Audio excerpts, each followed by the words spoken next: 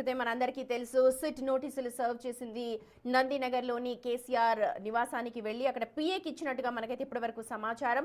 So SIT నోటీసులు serve చేయడంపై TPCC chief స్పందించారు. ఒకసారి ఆయన ఏం మాట్లాడారో చూద్దాం.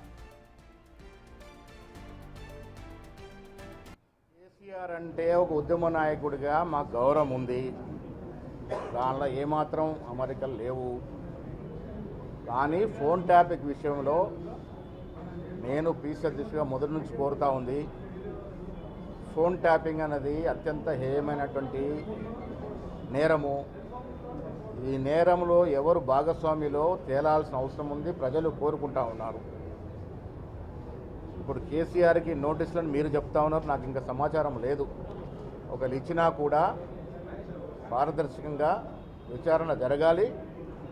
ఆనాడు 10 ఏళ్లుగా ప్రతిపక్ష నాయకుల మీద, పారిశ్రామికవేత్తల మీద, ఎమ్మెల్యేల మీద, కొంతమంది సినీ తారల మీద జరిగినటువంటి ఫోన్ ట్యాపింగ్ విషయం బహిర్గతం కావాల్సిన అవసరం ఉంది. కాబట్టే రాష్ట్రంలో కాంగ్రెస్ ప్రభుత్వం వచ్చిన తర్వాత రేవంత్ రెడ్డి గారి నేతృత్వంలో దీని మీద సిట్ వేసి విచారణ ముందుకు తీసుకెళ్తా ఉన్నాను. దాంట్లో భాగంగానే మాలాంటి వాళ్ళం చాలామంది వెళ్ళి వాంగ్మూలం ఇవ్వడం జరిగింది. దాదాపు 560 చిల్లర పైన వ్యక్తుల మీద ఫోన్ ట్యాపింగ్ జరిగినట్టుగా సమాచారము. సో దాంట్లో భాగంగా కేటీఆర్ గారిని, హరీష్ రావు గారిని విచారించినారు. జరిగినటువంటి వాస్తవాలు తెలుసుకోవడానికి సిట్టు ఎవరెవరినైతే పిలిచి విచారించాలనుకుంటుందో విచారించవచ్చు. సిట్ పరిధిలో ఎవరిని పిలిచినా వారు వచ్చి వారు సమాచారం ఇస్తే కొంత పారదర్శకంగా వాస్తవాలు బయటకు వచ్చే అవకాశం ఉంటుంది. కానీ కేసీఆర్ గతంలో మాట్లాడుతూ ఇంటెలిజెన్స్ ఆఫీసర్ అనేటువంటి ఉంటాడు, దానికి రోజు ఒక డైలీ బ్రీఫింగ్ ఇస్తాడు, దానికి సోర్స్కి నాకేం సంబంధం అనేది కేసీఆర్ ఏమంటారు? కేసీఆర్ గారు ఆనాడు ముఖ్యమంత్రిగా ఉన్నారు. ముఖ్యమంత్రి గారి ప్రమేయమో లేక వారి కింద ఉన్నటువంటి ఇంపార్టెంట్ పోర్ట్ఫోలియో నిర్వహిస్తున్న మంత్రుల ప్రమేయమో లేకుండా అధికారులు అంత సాహసం చేసి ఫోన్ ట్యాపింగ్కు పాల్పడేటువంటి పరిస్థితులు ఉండవు. ఆనాడు ప్రభుత్వంలో ఒక నిర్ణయం తీసుకొని ఉంటేనే ఆ నిర్ణయం ప్రకారమే పోలీసు అధికారులు యాక్ట్ చేస్తున్నారని మేము అనుకుంటా ఉన్నాం.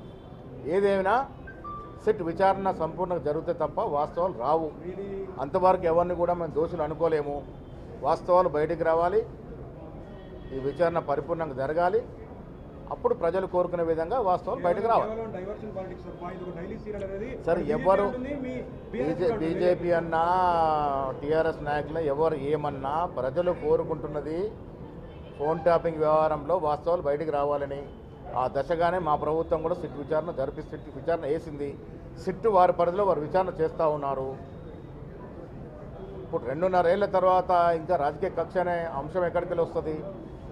దీంట్లో ఎవరి మీద కూడా రాజకీయ కక్ష లేదు, రాజకీయ దురుద్దేశం లేదు. మేము కోరుకునే వాస్తవాలు